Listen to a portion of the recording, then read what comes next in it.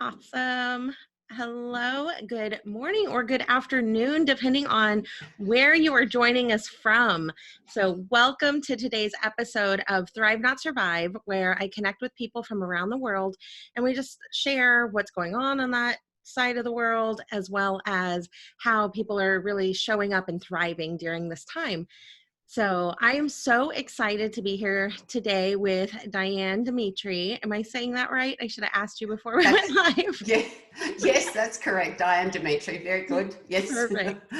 So Diane is an entrepreneur. She's an author and a speaker and a master mindset mentor. And she has over 40 years of experience of teaching, speaking, and coaching and counseling and leading teams of people.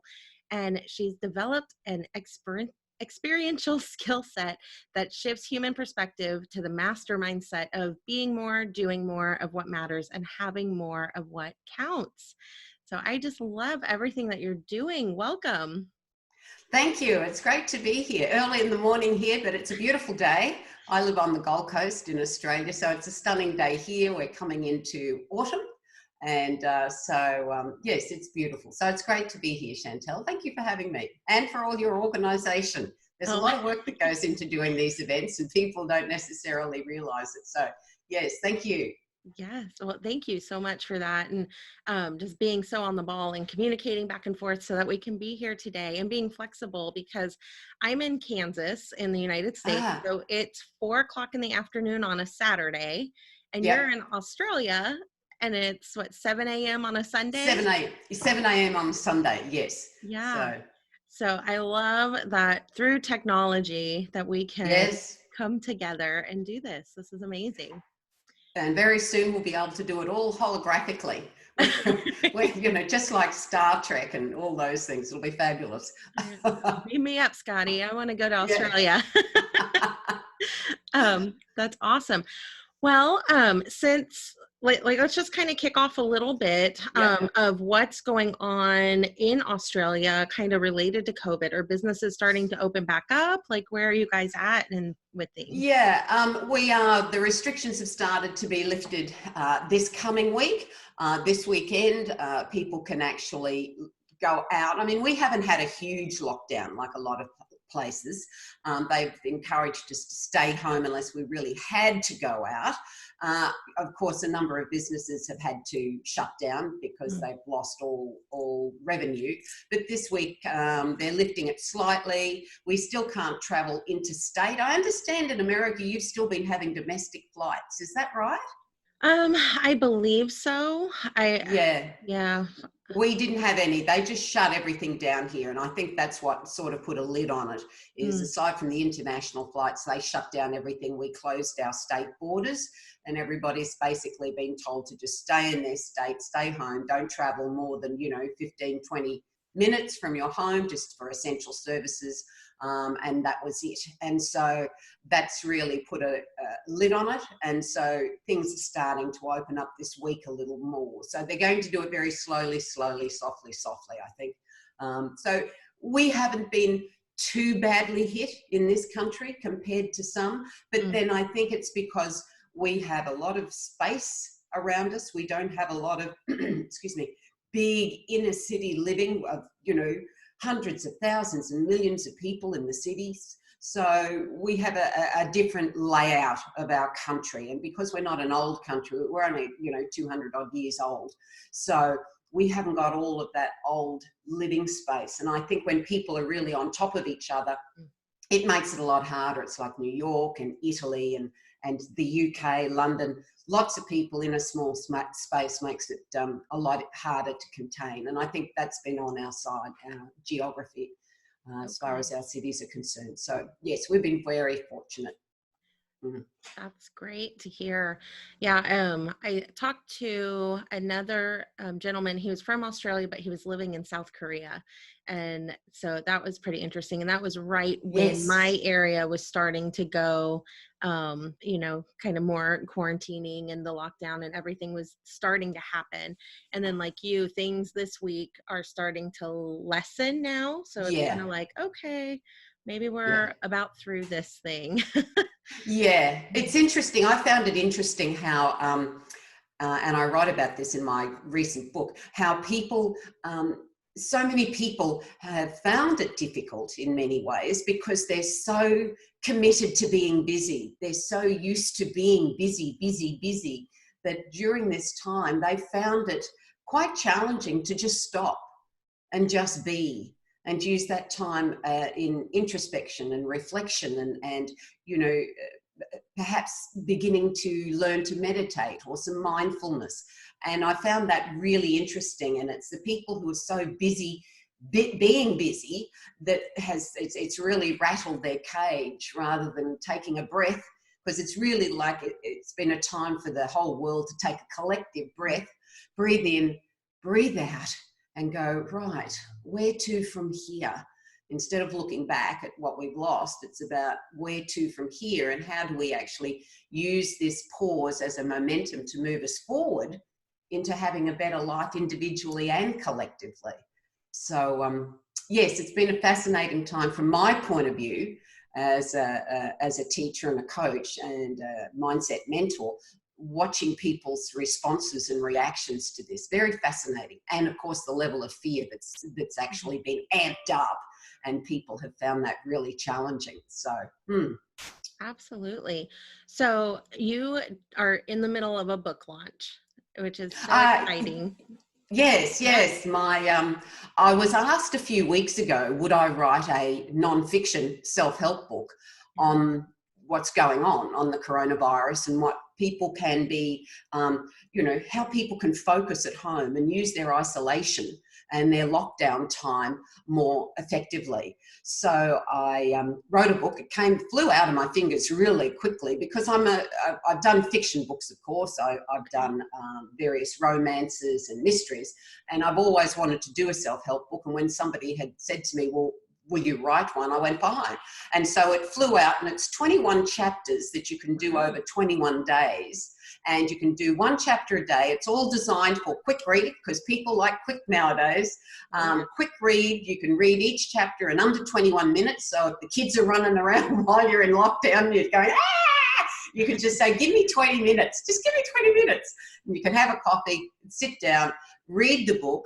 And it comes with actionable exercises at the end of each chapter, because I wanted to give people a resource that they could look back on. It would actually help them move forward, and that they could use this time to consider, what are their family values? Who are they being? What is their intention when all this is over? What's their ideal day? And to actually formulate, to focus on all of these questions, answer them within the book. If you buy a paperback, if you buy a Kindle, that's fine. You can do it in your notebook. And to go through this over 21 days so that when you come out of it, you are in many ways brand new, but you're actually the person you were born to be, because you've taken time off to actually get in touch with that person again. And so I liken it to, the butterfly, and that's being used a lot as a symbol of this time, because it's when that little, caterpillar's inside the chrysalis, all the good stuff is going on then. That's when all the remarkable stuff is happening. And that's where we are now, inside our chrysalis. And rather than trying to fight our way out, we're better off just being in there. And there's that word again, being in there, and actually taking that time to transform ourselves so that when we come out with our inherent beauty shining, and we can actually launch on those wings and take off.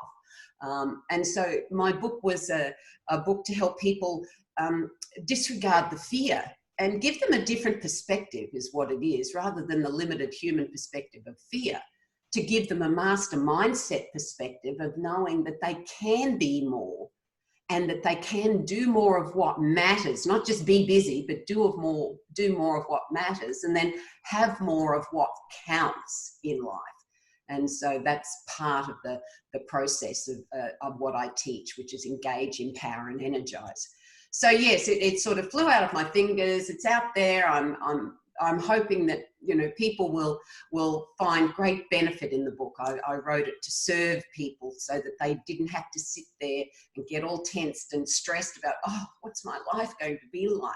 And to realize that they can actually shift their perspective, and when they do, their reality shifts accordingly. So yes, it's been great fun. It's been terrific. That's what a timely and powerful message. I love it. Yes. And so impressive that you were able to see the need and rise up to the challenge and just get all of it compiled and out there to the world in such a quick fashion so that it can really get in the hands of people right when they need it the most.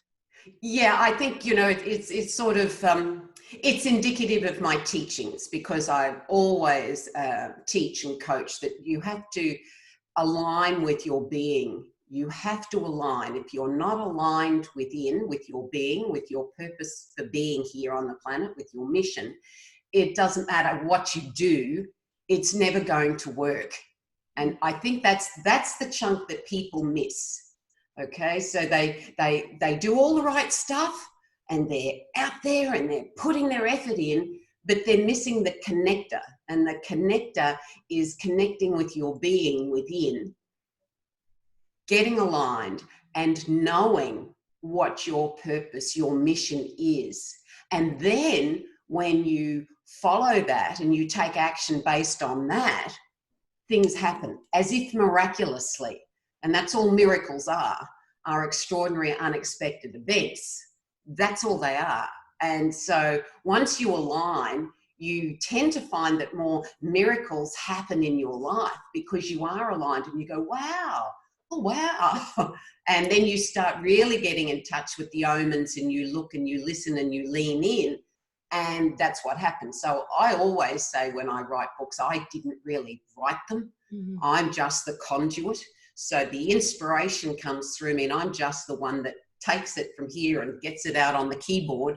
And then from there, I follow the process of how to actually bring that book to market and how to edit it and to do all those things that I know how to do as an author. But it was another wonderful exercise for me because I went, what's happening with this book? Like, I know I'm supposed to write it. How do you want me to write it? And so it really just sort of flashed in because I knew that 21 days is the minimum time to change a habit. And so I went, oh, right, 21 days, people like it fast, 21 chapters, 21 exercises, there we go. So that's how it all came together. Boom, boom, boom.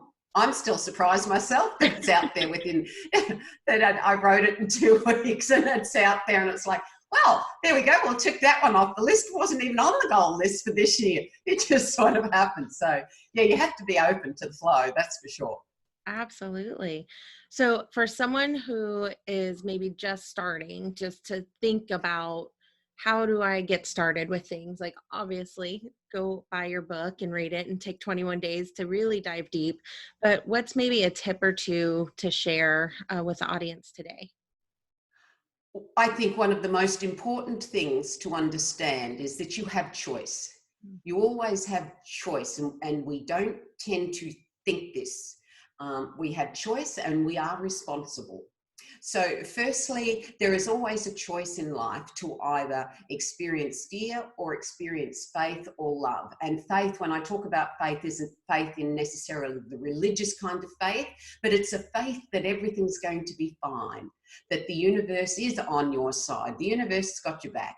And that if you have that approach and if you move forward with that approach, that yes, I'm going to choose for faith, I'm going to choose for love, and I'm going to disregard what the negative voice in my head keeps telling me, and I'm going to disregard what the circumstances seem to be telling me. So it's, for instance, if you want wealth, don't focus on poverty. Okay, you have to keep making that shift. It's a shift of perspective. It's a choice all the time. So if you're after wealth, focus on wealth. If you're after health, don't focus on illness and sickness. Focus on health. If you want happiness, focus on happiness. And so people want, but they're not willing in many ways to look at, well, where is my focus? And then people say, do you mean, but I am sick? And I say, you have a choice in your current situation, in the present moment, to shift your focus to health. And once we start shifting focus, and that's why my mission is to shift one mind at a time, one business at a time to a master mindset. Once we start shifting the perspective and the focus, that's when we start to see our reality shift.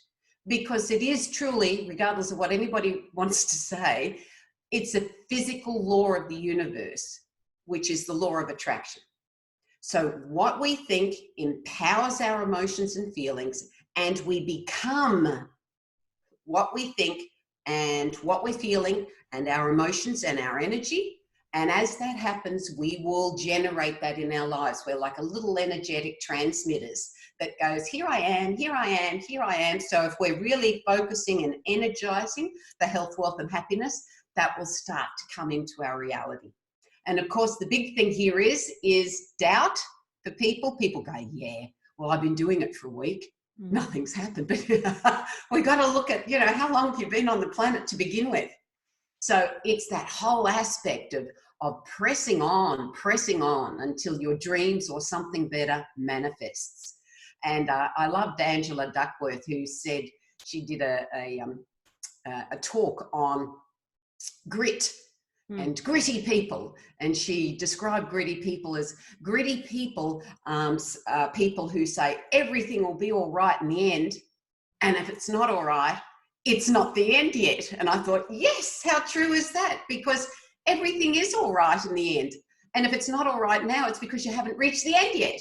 So that's part of grit, of staying the course, of perseverance and persistence and faith, knowing that nothing is too good to be true, nothing is too good to last, and that the world is your oyster. I often say to people, you know that old adage of a glass half full and a glass half empty? And that the optimist sees it half full and the pessimist sees the same glass half empty. That's perspective on the same situation, perspective. And then with the master mindset, I go, yes, but let's be grateful that we've got a glass in the first place. Ooh. And that's another tip for people, is that they don't practice enough conscious active gratitude, because conscious active gratitude clears out your closet. I've said in my book, use this time to get in and spring clean. If you haven't been into that closet for a while and you haven't thrown out the clothes, get in, do that. And it's the same with your thoughts and your beliefs. Get in there, spring clean. And to spring clean, that doesn't mean you ferret down into your past and drag it all up.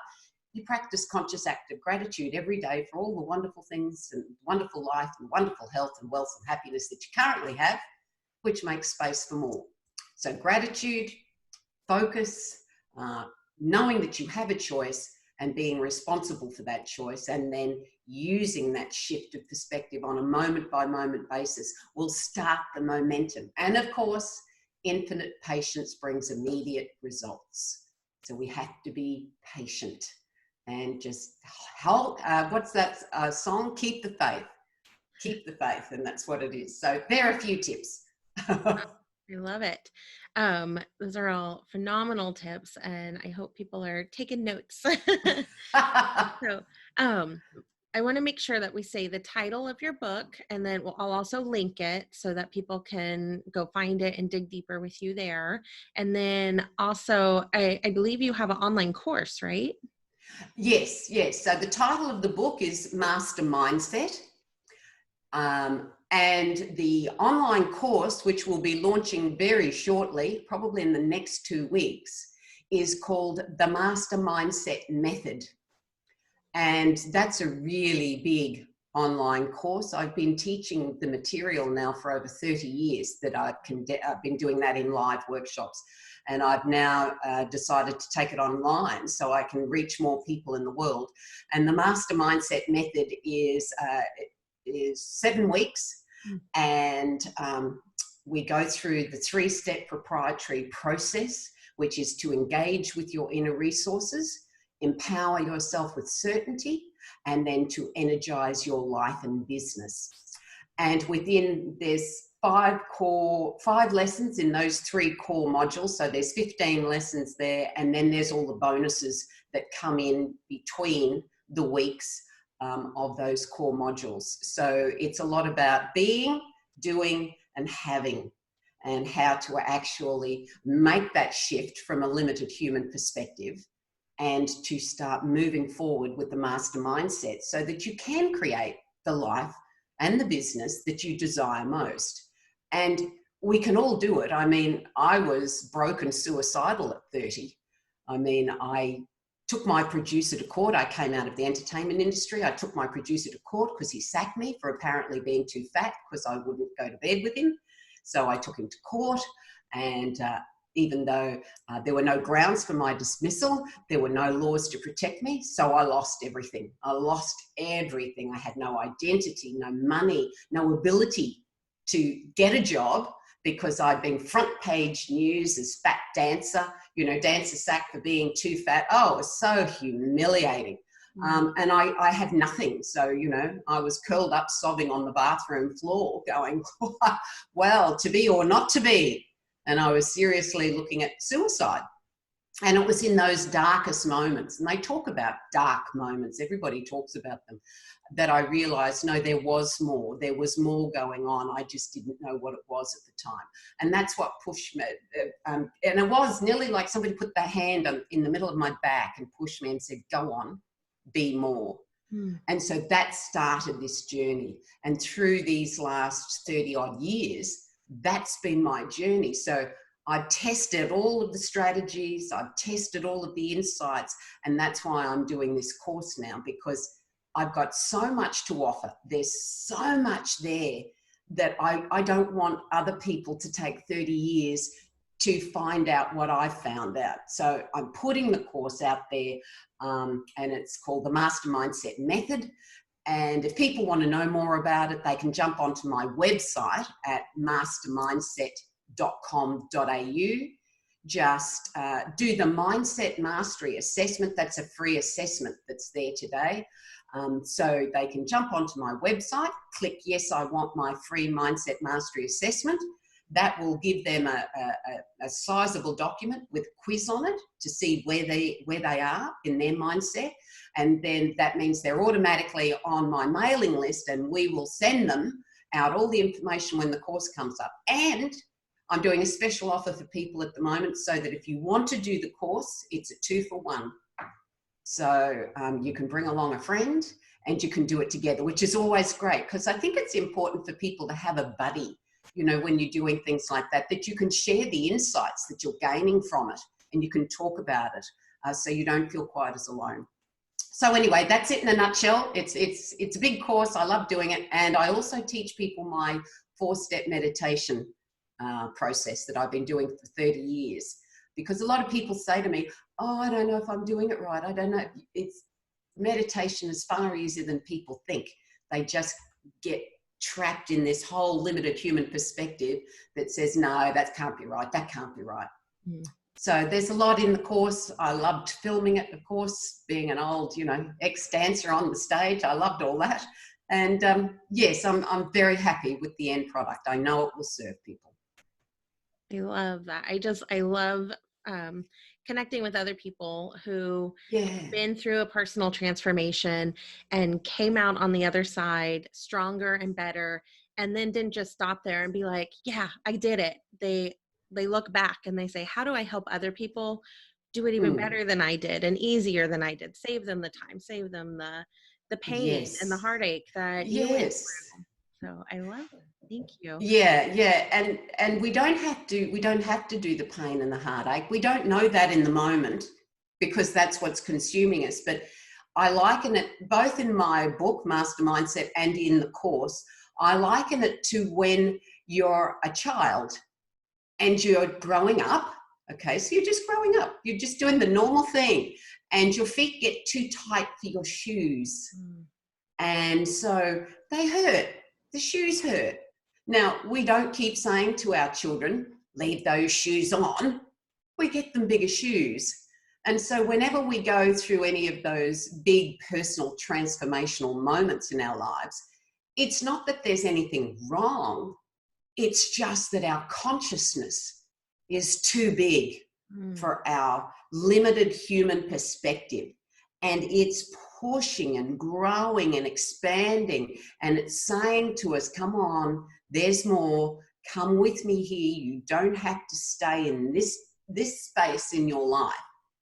come with me. And so that's our option. We all have a choice. We can either choose to grow and expand as our consciousness gives us that push, or we can choose to opt out through depression and all of those other alternatives. They're all alternatives. And we can, we can even go all the way out, and we can, choose death.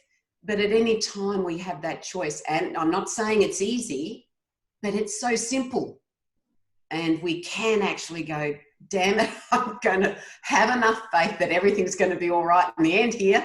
And I'm going to grip my teeth, and I'm going to hang on the ride of my life. And I'm going to kick off my old shoes, kick off my old life.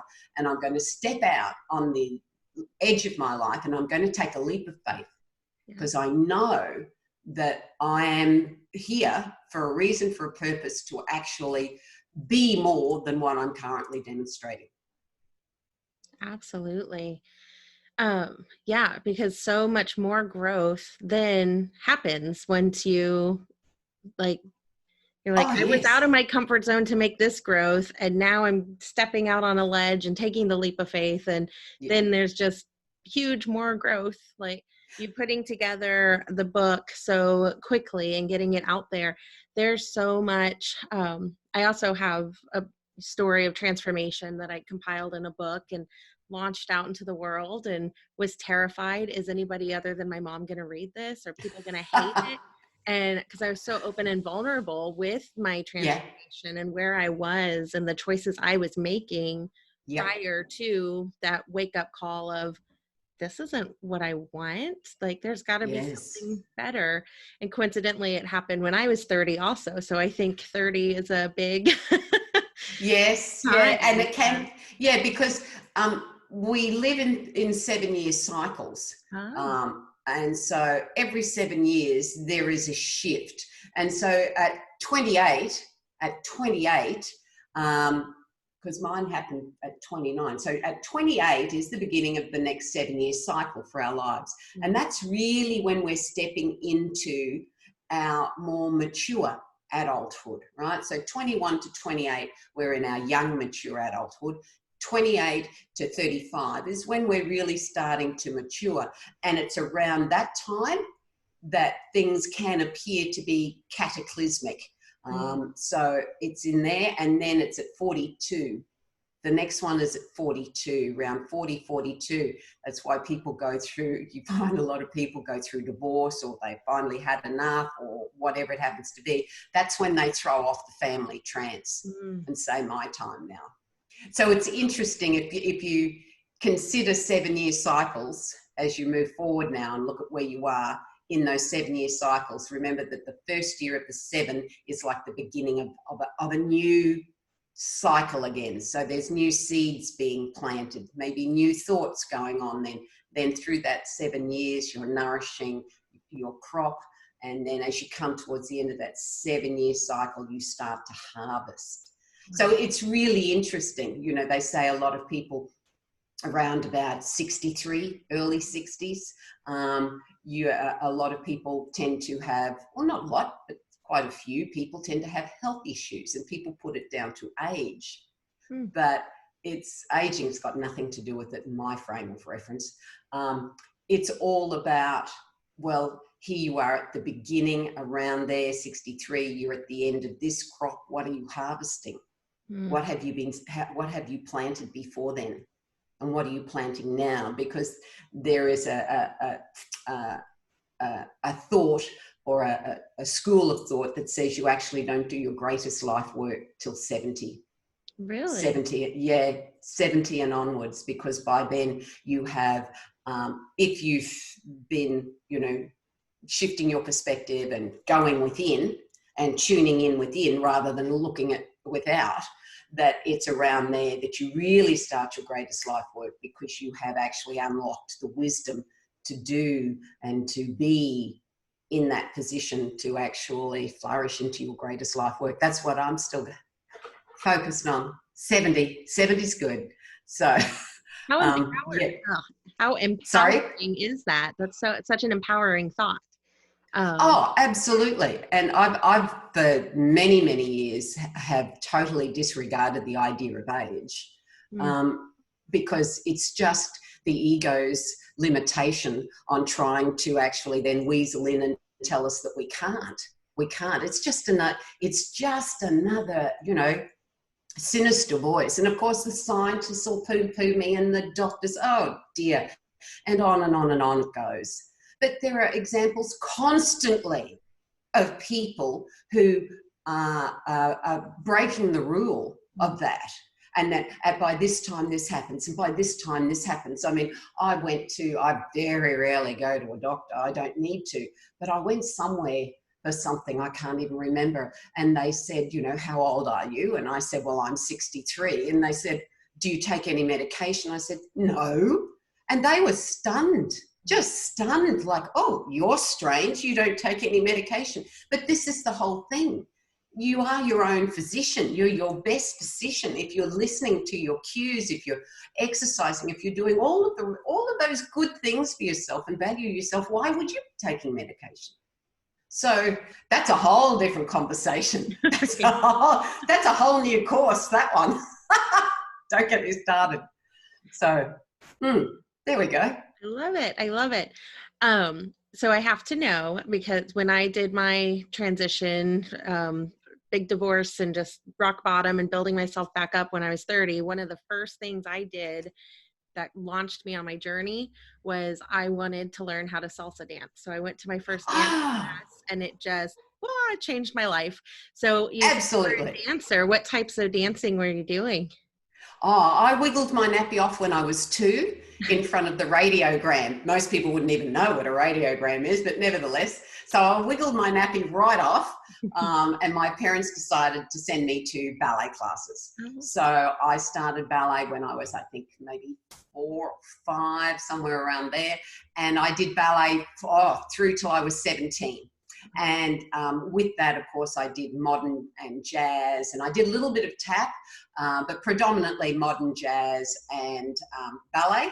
And then from, even at a young age, I was choreographing routines. I choreographed my first routine at the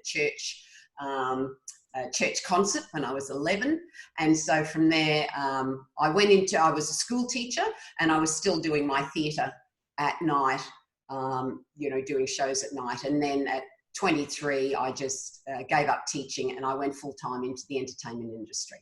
So, and I was choreographing and directing and acting. So yes, dance just enlivens the soul, and I've been blessed in my life to be able to live a good life. And so I have my own home dance studio now, which was on the goal list for a long time. It was on the goal list, and I went, no, I'm going to get that one day, and I do now. So every day I go in, still at least 5 days a week, and I go in and do a dance class for myself, because I find it's actually a great moving meditation. Mm-hmm. A lot of people think that you've got to be still to meditate. No, you just have to be still within.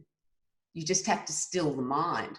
And I find when I'm dancing, because I'm so involved with the music, and I love salsa, great music, it gets you moving, that then you can get some really great ideas and epiphanies. So it's great, because now I'm dancing in my home studio. If I get one of those, I go running up into my office, write it down, then go back.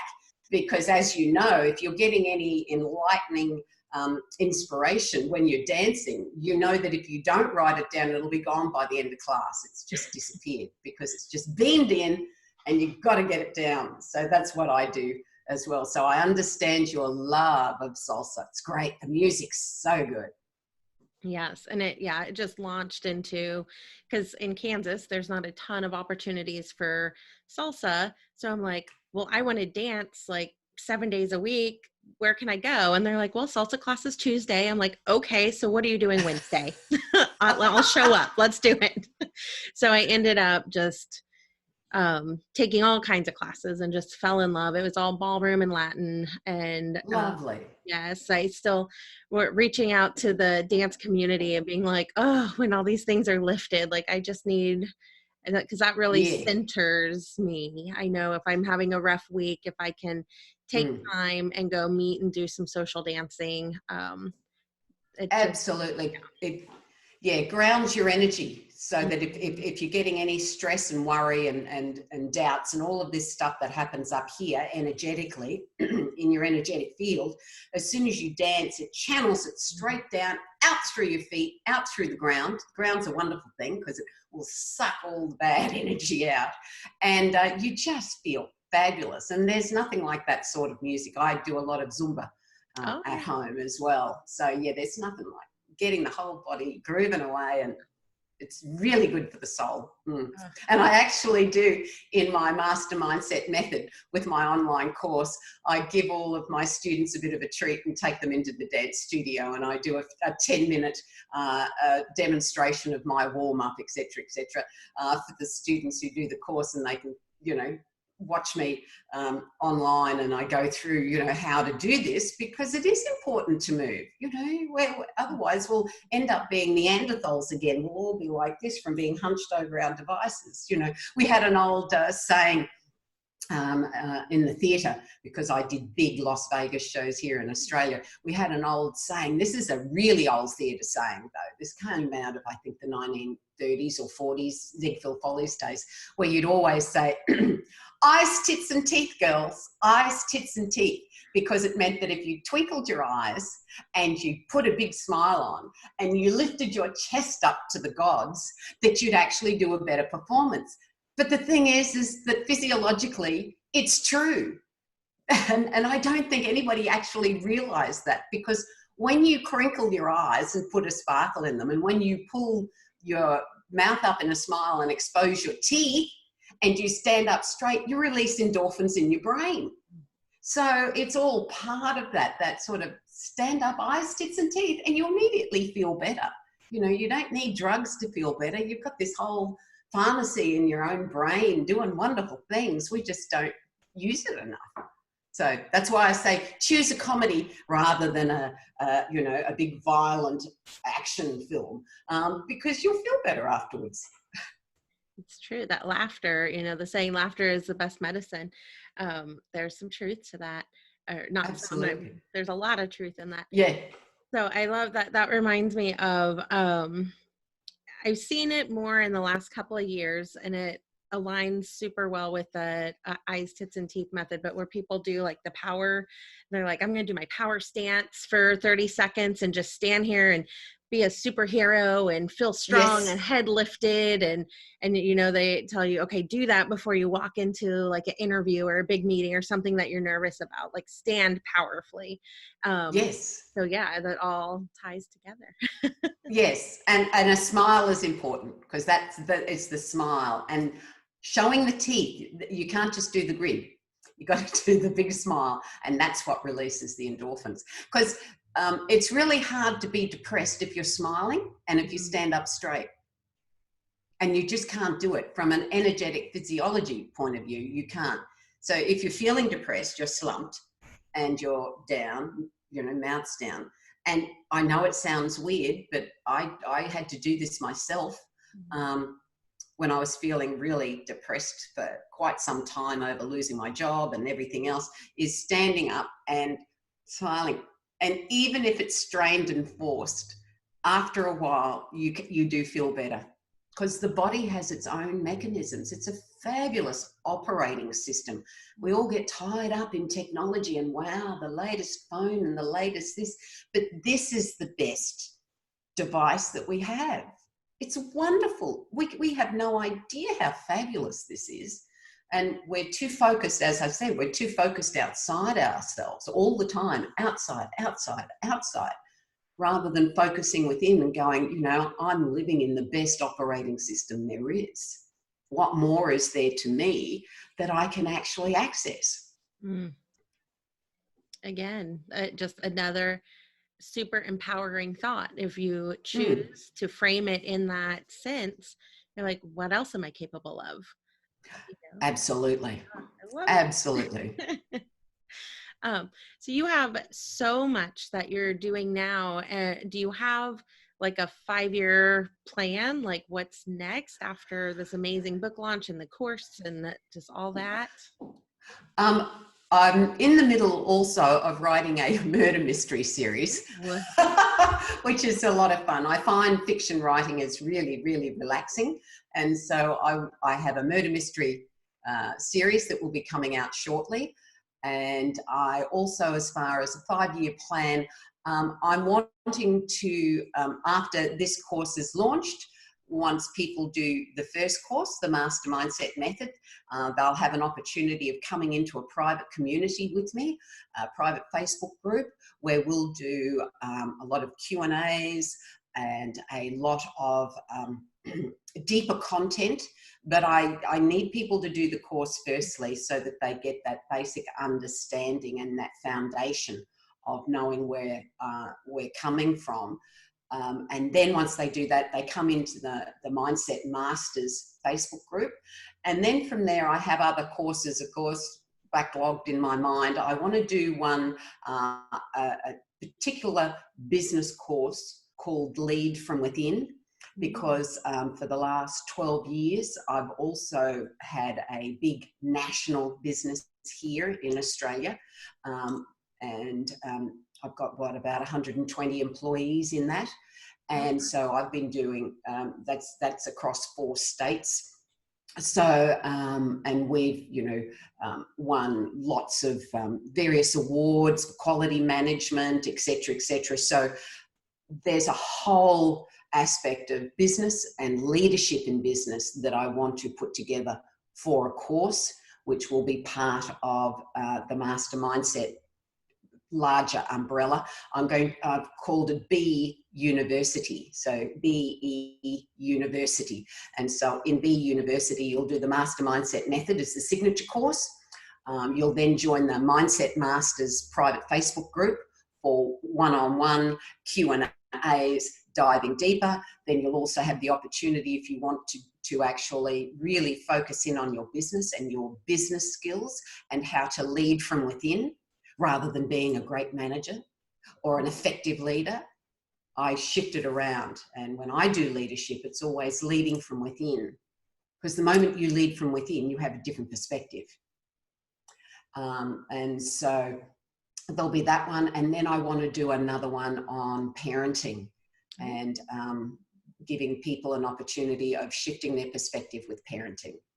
Because the moment we stop seeing our children as children and start relating to them as consciousness, you shift everything in a twinkling of an eye, and you don't get the behavioural issues that you tend to get when you're trying to control, manipulate and dominate your children.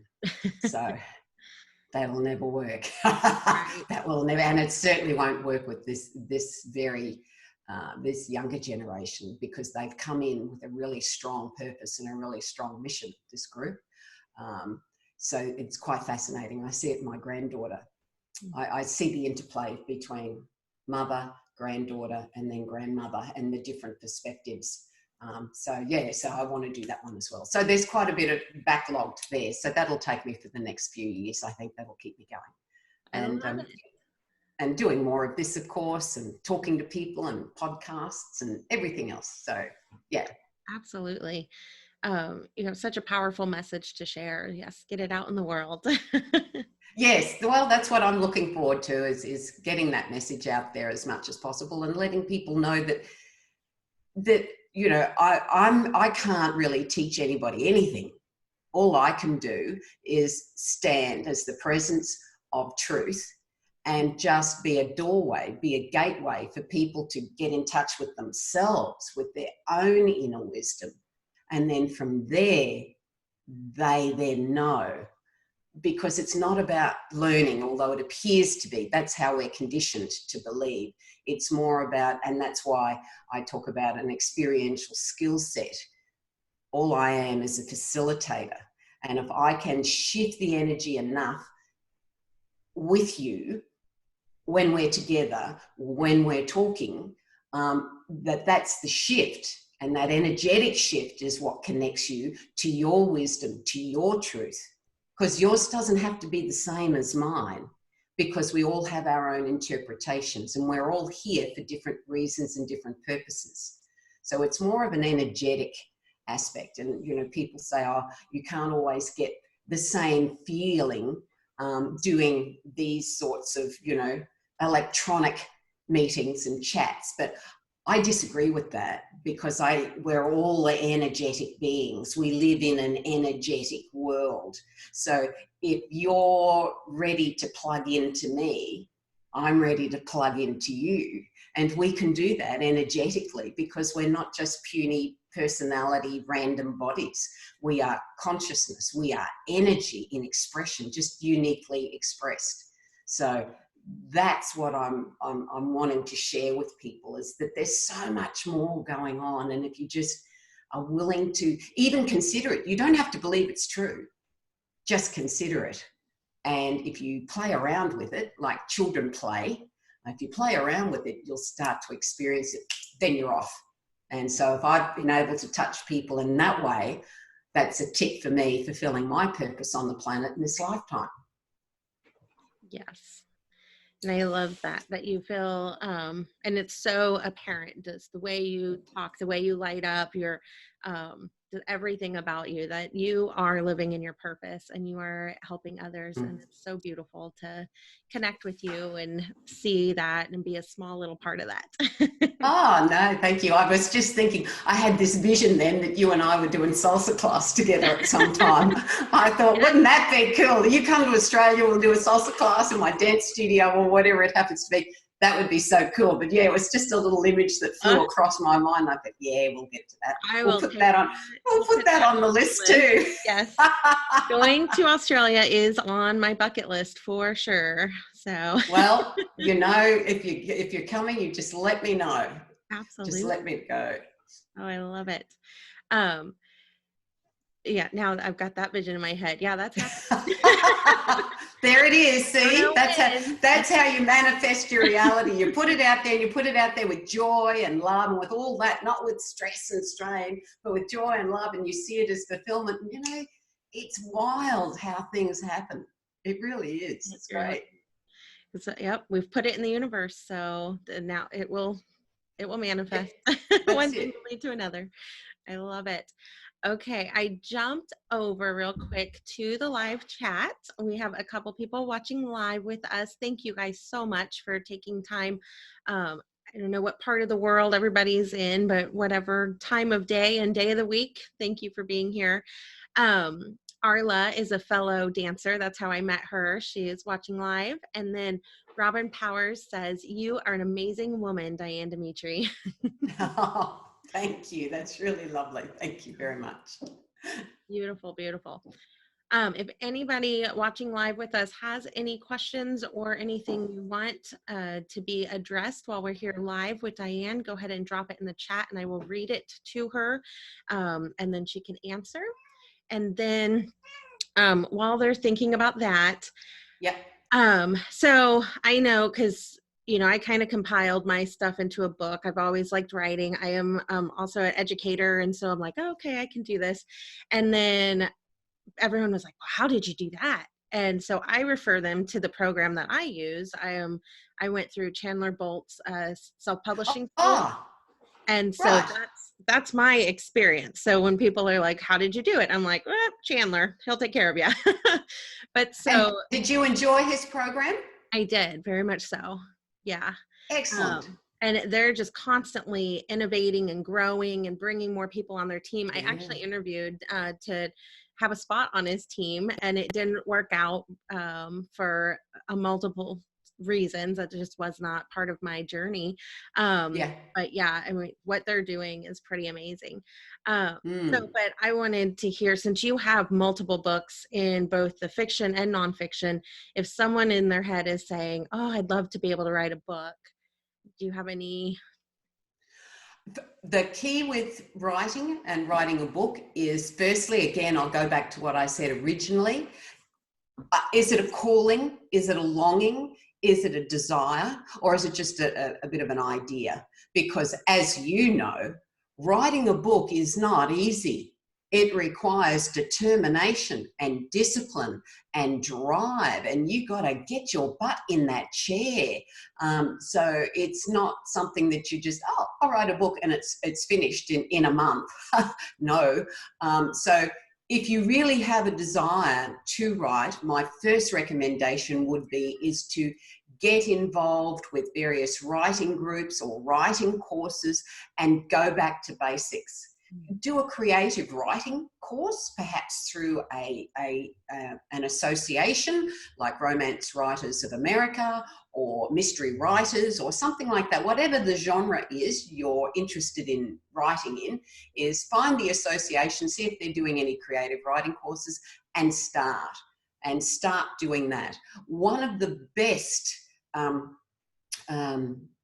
instructors or teachers or courses that I did was with Michael Hague, Hague. Michael Hague is one of Hollywood's best story consultants.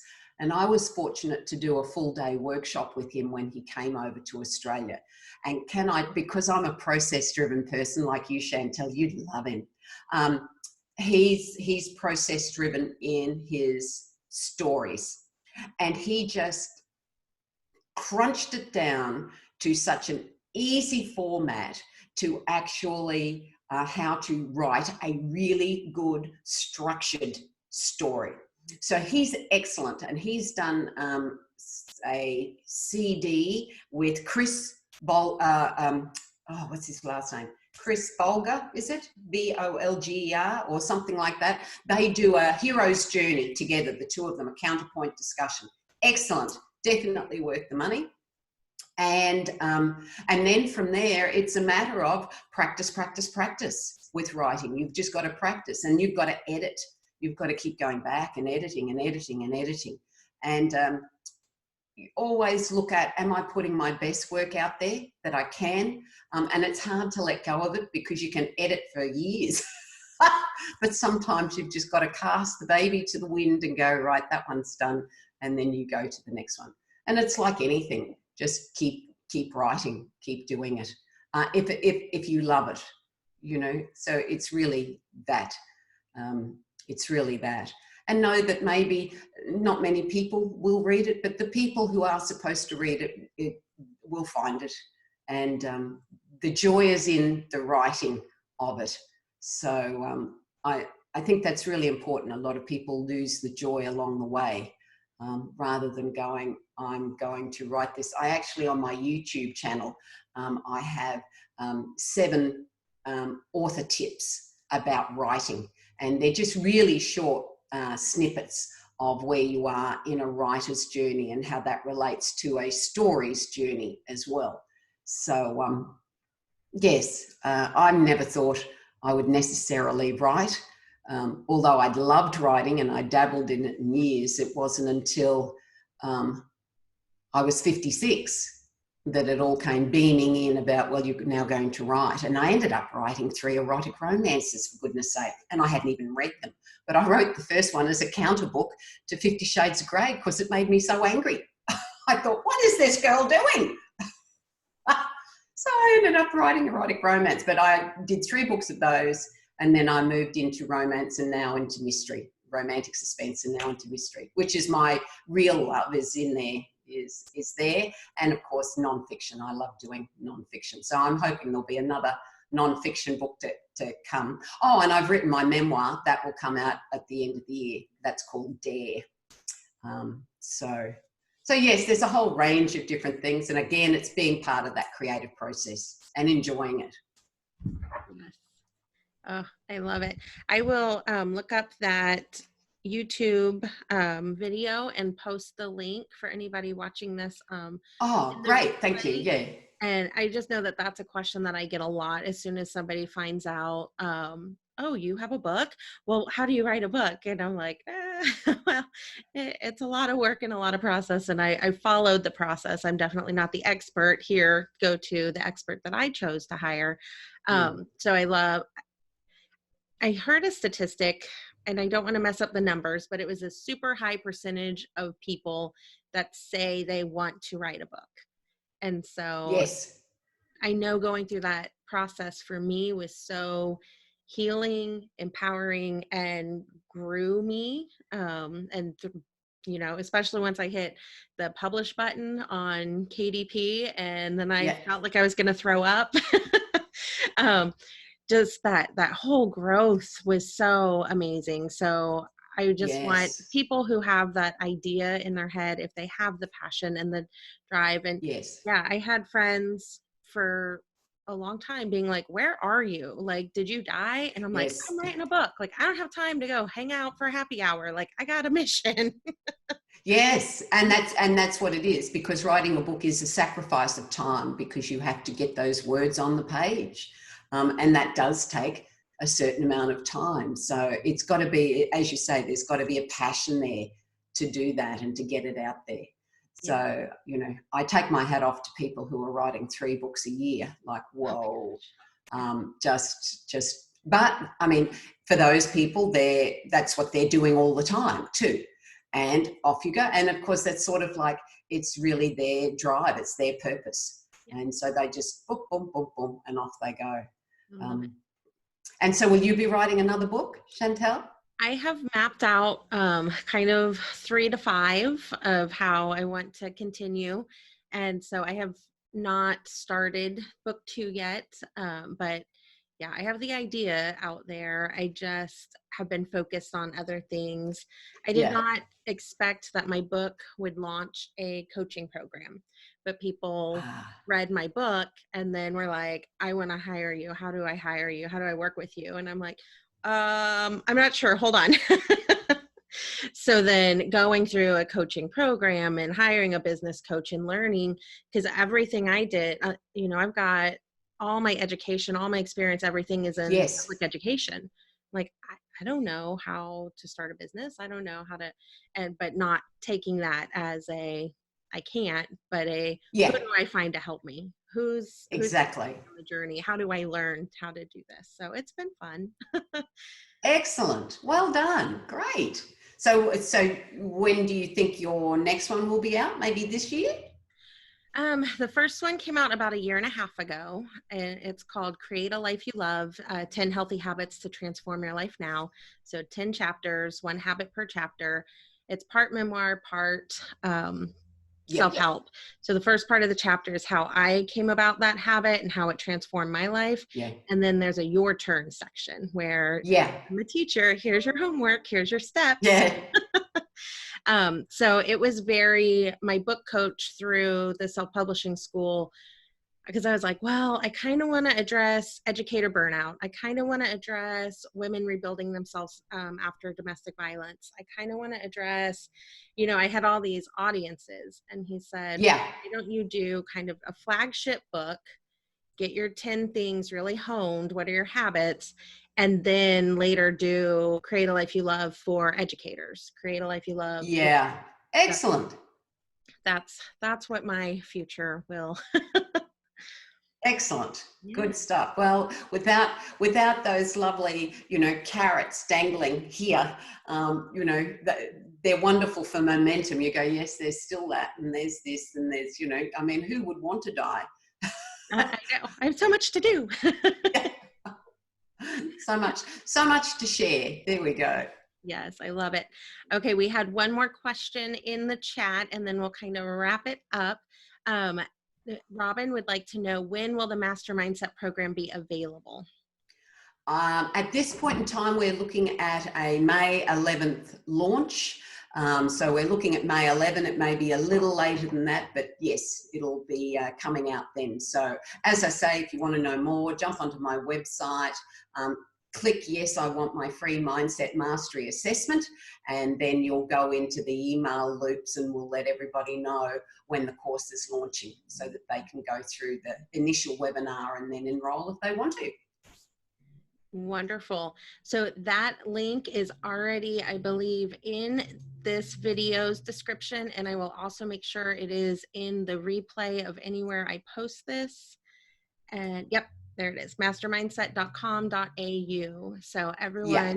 go take that free assessment, see where you're at, get on Diane's mailing list so that you are kept up to date with when the course launches, how to enroll in that, any future books, and all her future adventures.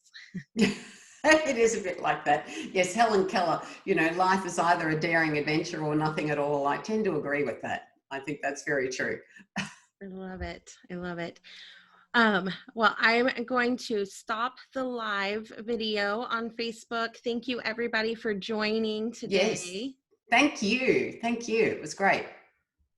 Awesome.